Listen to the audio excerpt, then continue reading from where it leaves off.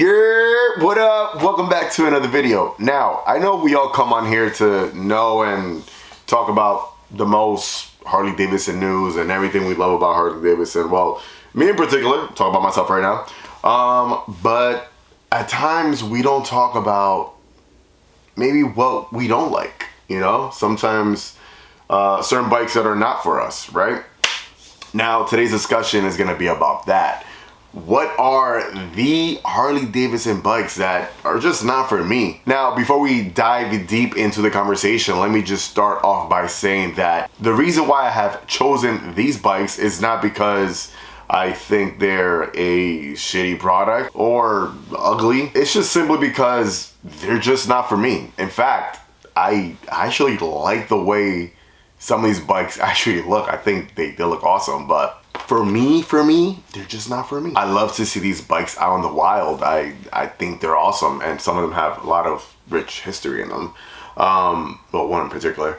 But they're just not for me. Like, I just wouldn't go out there and spend my hard-earned cash on them.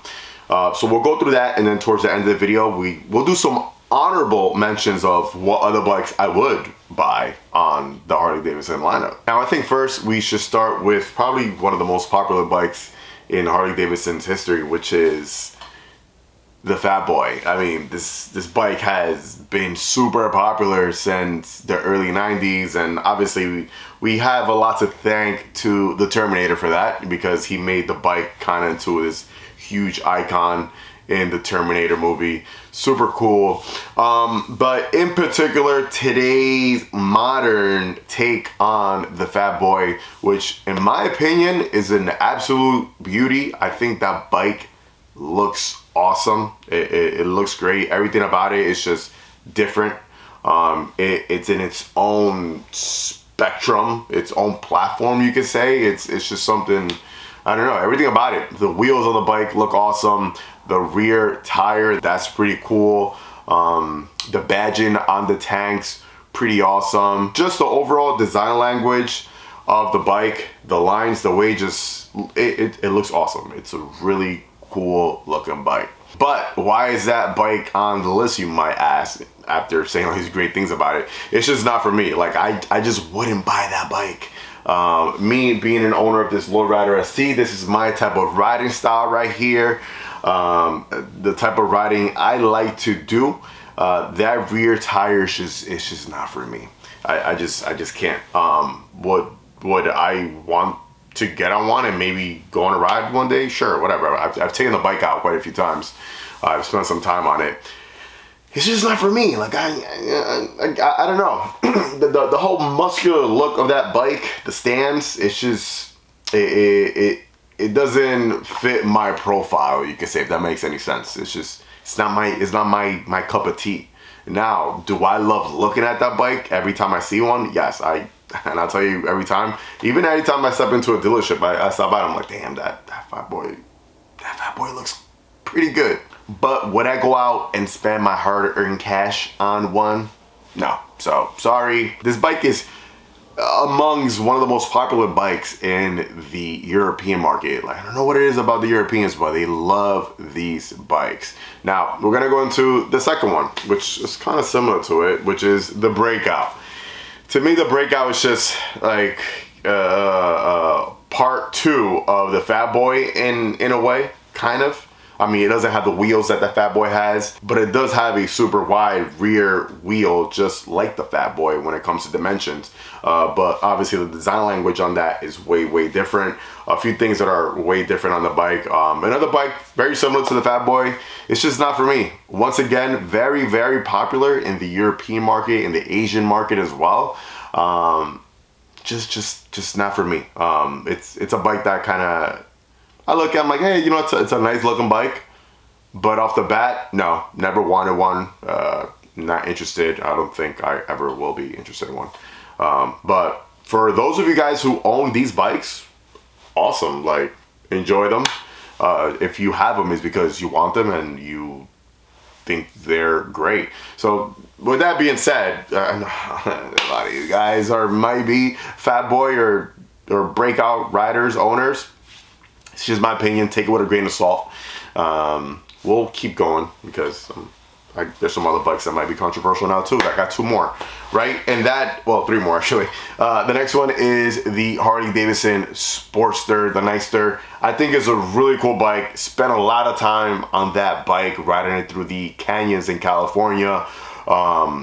It's a really cool bike, and I think what Harley Davidson has done with the outgoing Sportster model, now with the new upgrades that this bike has, it being a liquid cooled engine, just the tech on it, the digital analog on it, the riding modes, super cool. A lot of stuff, everything that a lot of customers have been asking for.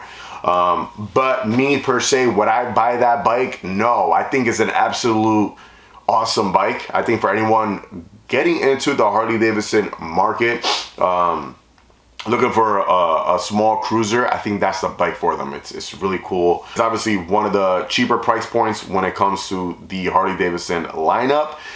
So it's a good entry level bike. But is it for me? No. And I say no because, I mean, I'm just used to being on a softail platform. I wouldn't go down to a smaller bike. It just, for me, just doesn't make sense.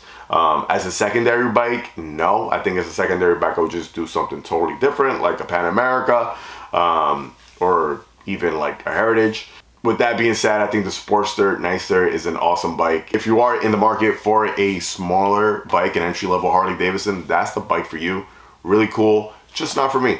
Now let's go on to the next ones. We have 2 more. We have the Ultra Limited, and we also have the Road Glide Limited. Now, why wouldn't I buy these bikes? Because it's just, I just don't need everything and anything that they come with. Me personally, I would just buy a Road Glide or a Street Glide, and if and when I wanted to tour around, I would just go ahead and just buy the touring pack and use it for when, or just get a rack and get a big bag and strap it down and save some money on there as well. It's just, I don't know, those bikes, for some people, obviously, they make sense. They just want it super loaded up, because if you are the type of person who you're doing the long distance, you're going all around, and if I was that person, maybe I would just go for a Limited, because it just comes with everything. Suspension is different, you have the tour packs, you got the light bar and the Ultra on the front, you have the cooling in the front. These bikes just have a lot of cool stuff in them that kind of bring up the price for more of a premium when it comes to, let's say, just a regular Road Glide or a Street Glide. The Ultras are going to be priced a lot more because of all these extra things that they come with. Now, me personally, I mean, I've had a Road Glide, and I know the type of person I am, and what I do to these bikes, I'm gonna tear it down regardless. So I'd rather just start off with either a Road Glide or a Street Glide, and if and when I wanted to add any of these things in them, I would just do so myself. I've seen a ton of people with Ultras that from the beginning, they go ahead and they swap out that stock suspension. Even though it's an upgrade from a Road Glide or Street Glide, the Ultras do come with a better suspension, but it's still not premium. So most of the time people end up changing them regardless. So that to me is not like a deal breaker. The tour pack for me is just like, if and when I'm gonna use it, I would just strap a bag down on a rack and call it a day. So that's the reason why these bikes are just not for me. What bikes are not for you? Well, if you could go on the website right now and think about what bikes are just not for you, drop it down below. And now for some honor roll mentions of what bikes I would buy that I really am interested in. We'll start with number 1, obviously. If you've seen the last few videos, we spoke about the Pan America. That is one bike that I would love to have. I love the Pan America, everything about it. I think Harley Davidson did a great job with that. It's a pretty awesome bike. So the Pan America is one of them. The Softail Heritage, a super overlooked bike that it just doesn't get the love that it should. Love that bike. I would love to have that bike as well. And then a Road Glide or Street Glide. Me being a previous Road Glide owner, I loved that bike. It's a really cool bike. Do I regret trading it for my Lowrider ST? Absolutely not. No, I'm way happier with this. But if I was to buy another bike, or if I wanted to get into the touring segment, obviously it would have to be between a Road Glide or a Street Glide. And these brand new ones, they are awesome, just with everything that they come with. It's just, they're awesome. And if you haven't ridden one, go out there, throw a leg over it, super cool. Even pass by your local dealership and just, you know, ask about all the amazing things that they come with. Anyways, that was today's little discussion. I hope you guys have enjoyed today's video. If you want to see more content like this, don't forget to like, comment, and like the video. Share the video with your friends. Also, if you're looking for riding gloves, you got my gloves right here, MK87 on the palm, Torque in the front. These are the Lightning riding gloves. Go on the Torque website. The link is down below. Get yourself a pair. Support what I'm doing. Support everything that I've been trying to put here together for you guys. That's one way for you guys to do it, besides subscribing or liking and commenting the video. You can go and support it and copy yourself a pair of my gloves.